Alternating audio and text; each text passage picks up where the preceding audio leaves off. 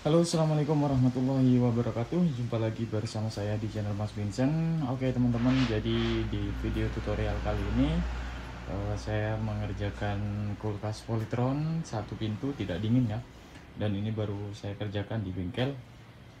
Ada beberapa juga yang belum selesai ya di luar sana. Oke, untuk kulkas Polytron satu pintu infonya ini nggak dingin. Kita langsung coba nyalakan saja ya.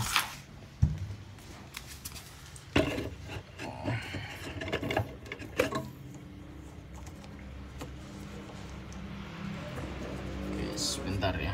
Ini saya coba nyalakan dulu. Kita akan coba analisa di mana letak kerusakannya ya.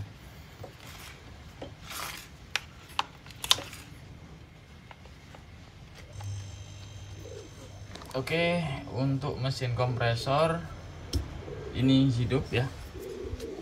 Kita akan coba perbaiki kulkas Polytron satu pintu ini. Nah, untuk kulkas lampu nyala tapi kulkasnya nggak dingin.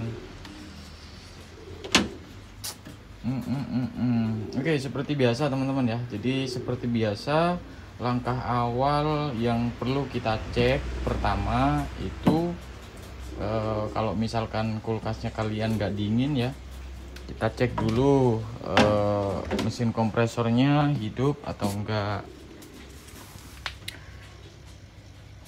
Nah, ini ada suara ya, suaranya itu silent banget ya, nggak kenceng.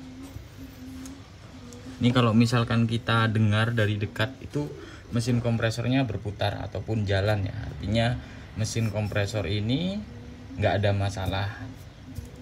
Tapi kulkasnya nggak dingin, berarti kita nggak perlu yang namanya ganti overload ataupun delay, karena mesin kompresor ini sudah hidup ya, sudah hidup atau jalan.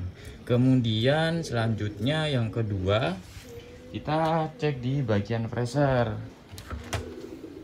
Nah, di bagian freezer sini kalian coba cek apakah di bagian freezer ini ada kebocoran ya, ada kebocoran atau enggak. Biasanya kalau ada kebocoran tuh ada rembesan oli ya, ada rembesan oli. Kenapa ada rembesan oli? Karena evaporatornya bocor. Nah, karena di sini nggak ada rembesan oli atau nggak ada yang bocor di bagian evaporator, berarti freezernya ini aman ya. Nah, yang ketiga, coba kalian dengar di bagian evaporator sini. Pasti ada suara ya, suara seperti air mengalir atau suara desis aja ya. Ini nggak ada suara air mengalir, cuman suaranya itu suara desis aja ya, seperti hembusan angin ya. Nah, ini kedengaran ya teman-teman ya. Nah, seperti hembusan angin. Tapi untuk kulkasnya ini belum ada tanda-tanda dingin sama sekali. Nah, kalau misalkan udah seperti ini, dalam posisi mesin kompresor hidup, kemudian bodi kulkas juga nggak panas ya. Kalau udah nggak panas seperti ini, kulkas nggak bakalan bisa dingin teman-teman. Nah, berarti di mana bang untuk letak kerusakannya? Udah pasti untuk kulkas Polytron satu pintu ini udah pasti frame-nya habis. Ini udah pasti. Nah, kalau freon itu masih ada, itu pasti panas ya, bodi kulkas panas. Nah, kenapa bisa terjadi seperti ini? Biasanya apa ya, untuk kulkas Polytron ini ya, kalau kulkas Polytron itu kadang-kadang lupa nutup pintu juga bisa, yang menyebabkan kulkas itu langsung bisa tidak dingin ataupun mencair. Tapi ketika udah dimatikan kemudian dinyalakan lagi, dia tetap nggak bakalan bisa dingin ya.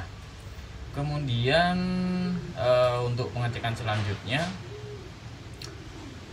untuk kulkas Polytron kan rata-rata itu di kondensor katanya teman-teman ya, kondensor.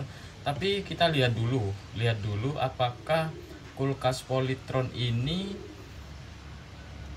pemakaiannya udah lama atau masih baru. Kalau masih baru itu tinggal kita flushing aja, kemudian isi freon kembali. Tapi kalau misalkan pemakaian udah lama, sekitar 5 tahun ke atas lah, mending saran saya kalian ganti kondensor saja. Kadang-kala untuk kulkas Polytron lama nggak dipakai pun kadang-kadang kropos ya di bagian kondensor ataupun di bagian bodi kulkasnya ini. Jadi kalau misalkan ada yang bocor, kalian isi freon percuma, nanti bakalan tidak dingin kembali. Jadi harus diganti ya dengan kondensor eksternal. Jadi seperti itu. Kemarin juga banyak juga yang bertanya ya, jadi seperti itu. Oke, ini saya coba matikan dulu untuk kulkasnya. Kita akan coba cek ya. Kita akan coba cek freonnya. Ini saya coba ambil tang dulu.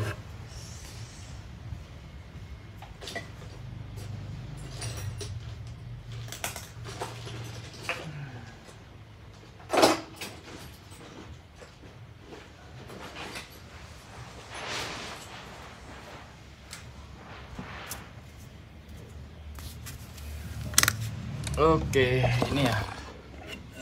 Ini teman-teman. Jadi biasanya saya potong di bagian jalur filternya ini.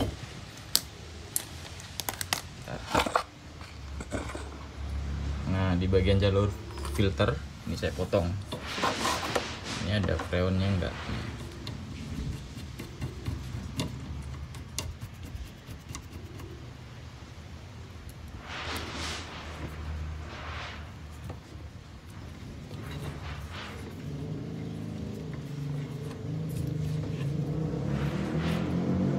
Nah, oh ini ya, ini ada sedikit.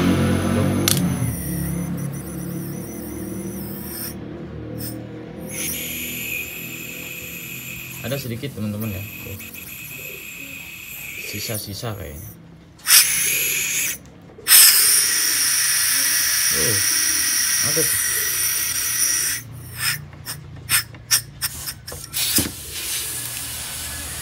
Oke. Ada dikit cuman.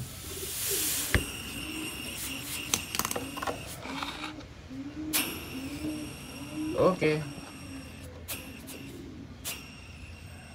Ada ya sedikit. Oke, sekarang kita akan coba nyalakan kembali untuk kulkasnya. Nah, kalau udah kita nyalakan ini kan pasti mengeluarkan udara ya.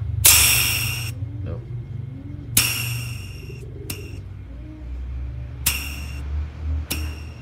Oke, setelah kita nyalakan, kita akan coba tunggu ya. Kita tunggu apakah angin ini habis atau enggak. Atau kalian coba berikan apa ya, pipa kapiler sedikit, sama seperti pemakuman ya, sama seperti pemakuman. Tujuannya apakah ada kebocoran halus di bagian evaporator yang sudah kita cek ya. Tadi yang udah kita raba di bagian evaporatornya. Kadangkala untuk untuk kebocoran yang sangat kecil itu nggak bisa kita deteksi juga teman-teman, apalagi freon udah habis. Nah, di bagian sini ini saya akan coba berikan pipa kapiler nanti teman-teman ya. Ini saya coba berikan pipa kapiler. Setelah saya berikan pipa kapiler, nanti kita akan coba proses pemakuman apakah bisa makum atau tidak. Kalau misalkan nggak bisa makum, berarti udah fix ada kebocoran di bagian jalur evaporator. Entah itu di mana, saya kurang tahu juga ya. Nanti kita akan coba cek dulu. Ini saya coba las dulu menggunakan tambahan pipa kapiler sedikit ya teman-teman. Oke, ini udah saya tambahkan pipa kapiler ya. Kita tunggu, kita nyalakan, kita tunggu sampai benar-benar udara ini bisa habis ya. Apakah bisa habis atau enggak udaranya. Jadi kita tunggu dulu sampai benar-benar proses pemakuman selesai ya. Kalau misalkan udah kita tunggu sampai 10 ataupun 5 menit sampai 15 menit juga ya, tetap enggak hilang-hilang untuk udara yang keluar dari pipa kapiler ini, berarti fix ada kebocoran teman-teman. Oke, kita tunggu dulu ya. Oke, ini udah cukup lama tadi saya tinggal telepon ya. Jadi ini kita akan coba cek nih. Kita masukkan, nggak ada gelembung sama sekali ya, nggak ada udara yang keluar sama sekali. Artinya di bagian evaporator ataupun di bagian pressure ini nggak ada kebocoran sama sekali teman-teman. Kecuali kalau misalkan masih ada gelembung ataupun udara yang keluar tuh bisa menandakan bahwa ada kebocoran di bagian evaporator. Jadi seperti itu. Oke. Karena ini nggak ada sama sekali yang keluar ya. Oh, ini masih ada sedikit, cuman ini hal yang wajar teman-teman ya, hal yang wajar.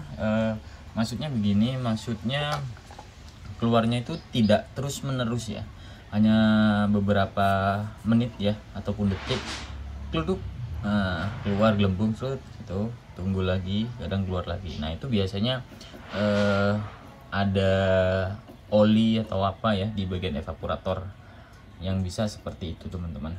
Jadi yang pasti ini udah nggak ada gelembung ataupun udara sama sekali.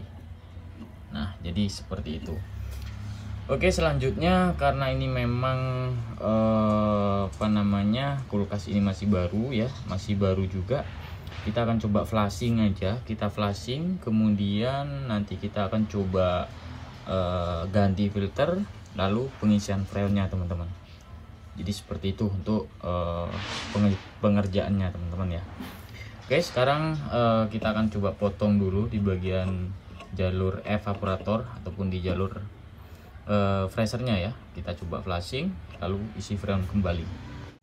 Oke teman-teman, jadi setelah selesai pemelasingan ya di bagian evaporator ini saya menemukan penyempitan di bagian pipa kapiler ya. Nah ini ya, ini lubangnya, ini lubang pipa kapiler yang terjadi penyempitan, artinya ini kotor ya. Ini kalau misalkan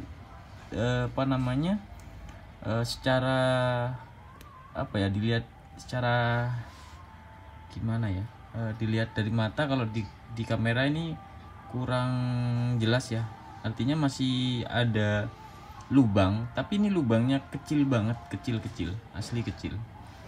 Jadi ada kayak semacam kotor ya di bagian lubang pipa kapiler ini teman-teman. Nah ini biasanya terjadi seperti ini, biasanya cenderung mesin kompresor itu lebih panas, lebih istilahnya gini, istilahnya proses pendinginannya itu lambat teman-teman. Jadi cara bahasa Jawanya itu ngoyo ya.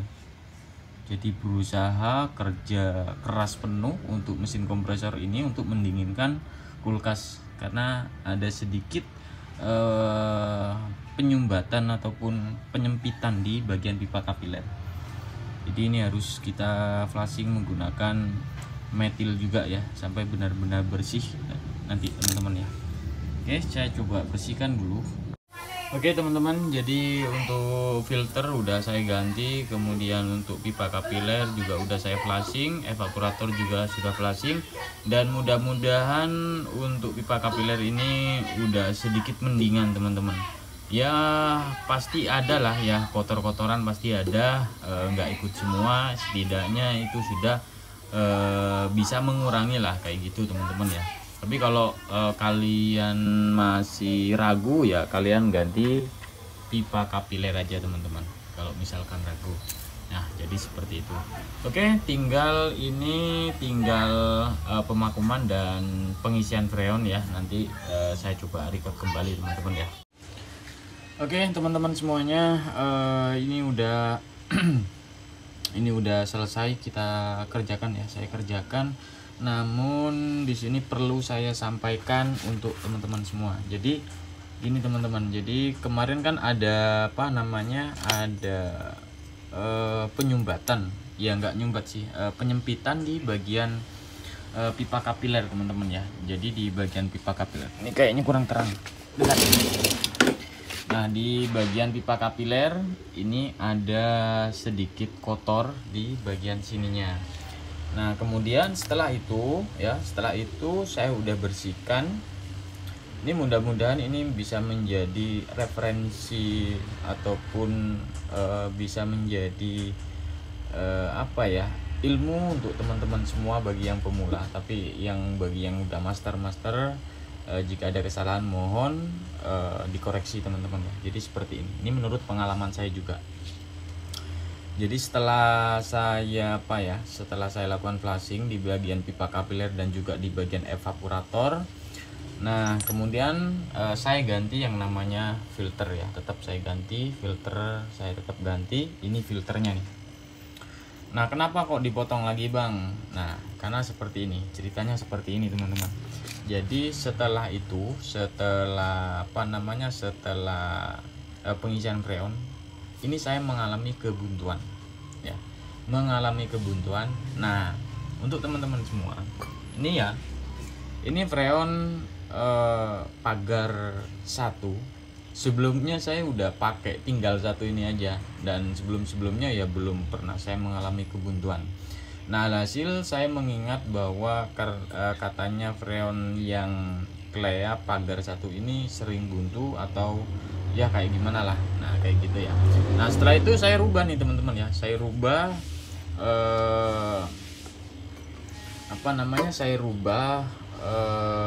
freon ini merek pagar 1 ini dengan menggunakan Clea ya. Clea yang 01. Nah, 01. Nah, itu masih sama aja, masih mengalami kebuntuan ya. Jadi yang namanya buntu ini udah makanan apa ya kalau dulu ya. Waktu belajar ini udah makanan sehari-hari teman-teman ya buat saya. Jadi waktu ngerjain kulkas ditinggal pulang tuh buntu ya. Jadi dulu itu waktu belajar udah makanan sehari-hari. Nah, kemudian setelah itu udah saya lakukan pergantian freon dari pagar 1 sampai Ineos ya. Mana ini? Oh, Clea 1. Nah, tetap masih buntu teman-teman.